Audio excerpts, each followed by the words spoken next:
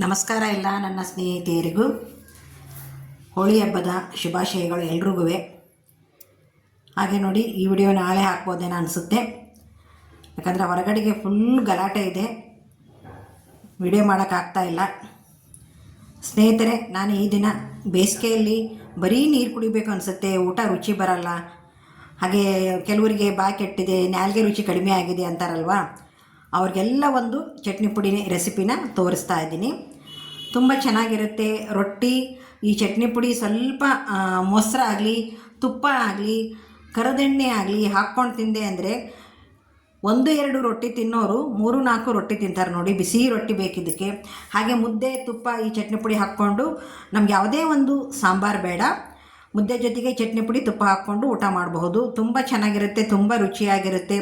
ಹಾಗೆ ವರ್ಕಿಂಗ್ ವುಮೆನ್ಸ್ಗೆ ಈ ಥರ ಒಂದು ಚಟ್ನಿ ಪುಡಿ ಮಾಡಿಟ್ಕೊಂಡ್ಬಿಟ್ಟೆ ಅಂತಂದರೆ ತುಂಬಾ ಅನುಕೂಲ ನೋಡಿ. ನಾವು ಬಂದು ಅಡುಗೆ ಮಾಡಬೇಕಪ್ಪ ಅನ್ನೋ ಒಂದು ಪ್ರಮೇಯನೇ ಇರೋದಿಲ್ಲ.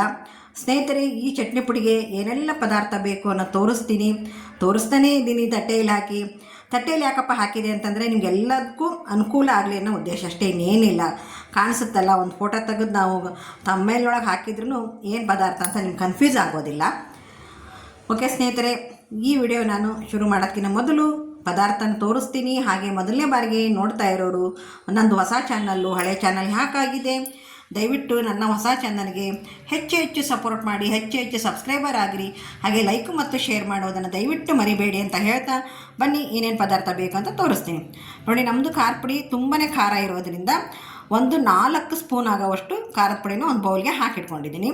ಕೊತ್ತಂಬರಿ ಸೊಪ್ಪು, ಫ್ರೆಶ್ ಆಗಿರೋ ಕೊತ್ತಂಬರಿ ಸೊಪ್ಪು ತೊಗೊಂಡಿದ್ದೀನಿ. ಸ್ವಲ್ಪ ಹುಣಸೆ ಹಣ್ಣು ತೊಗೊಂಡಿದ್ದೀನಿ. 1 ಚಿಟಿಕೆ ಉಪ್ಪು ತೊಗೊಂಡಿದ್ದೀನಿ, ಯಾಕಂದರೆ ಖಾರ ಪುಡಿಯಲ್ಲಿ ಆಲ್ರೆಡಿ ಉಪ್ಪಿರುತ್ತಲ್ವ, ಅದಕ್ಕೆ ಒಂದೇ ಒಂದು ಚಿಟಿಕೆ ಉಪ್ಪು ತೊಗೊಂಡಿದ್ದೀನಿ. 3 ಗಡ್ಡೆ ಬೆಳ್ಳುಳ್ಳಿನ ಬಿಡಿಸಿ ಎಸಳನ್ನು ಮಾಡಿ ಇಟ್ಕೊಂಡಿದ್ದೀನಿ. ಹಾಗೆ 1-2 ಸ್ಪೂನ್ ಆಗೋವಷ್ಟು ಒಣ ಕೊಬ್ಬರಿನ ತುರಿದಿಟ್ಕೊಂಡಿದ್ದೀನಿ.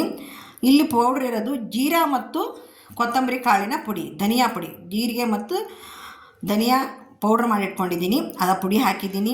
ನೀವು ಡೈರೆಕ್ಟ್ ಬೇಕಿದ್ರೆ ಜೀರಿಗೆ ಮತ್ತು ಧನಿಯಾ ಕಾಳನ್ನ ಉಪಯೋಗಿಸ್ಕೋಬಹುದು. ಹಾಗೆ ಬೆಲ್ಲ, ಇದು ಆರ್ಗ್ಯಾನಿಕ್ ಬೆಲ್ಲ, ಎಂತಪ್ಪ ಕಪ್ಪು ಅಂತ ಅನ್ಕೋಬೇಡಿ, ಇದು ಆರ್ಗ್ಯಾನಿಕ್ ಬೆಲ್ಲ. ಸ್ನೇಹಿತರೆ, ಇವೆಲ್ಲವನ್ನು ನಾನು ಈಗ ಜಾರಲ್ಲಿ ಹಾಕಿ ಪುಡಿ ಮಾಡ್ಕೊಂಬಂದ್ಬಿಡ್ತೀನಿ. ನೋಡಿ ಚಟ್ನಿ ಪುಡಿ ಈ ರೀತಿ ಮೆತ್ತಗಾಗಿದೆ. ಈಗ ಇದನ್ನು ಒಂದು ಬೌಲ್ಗೆ ತೆಗೆದು ತೋರಿಸ್ತೀನಿ ನಿಮಗೆ.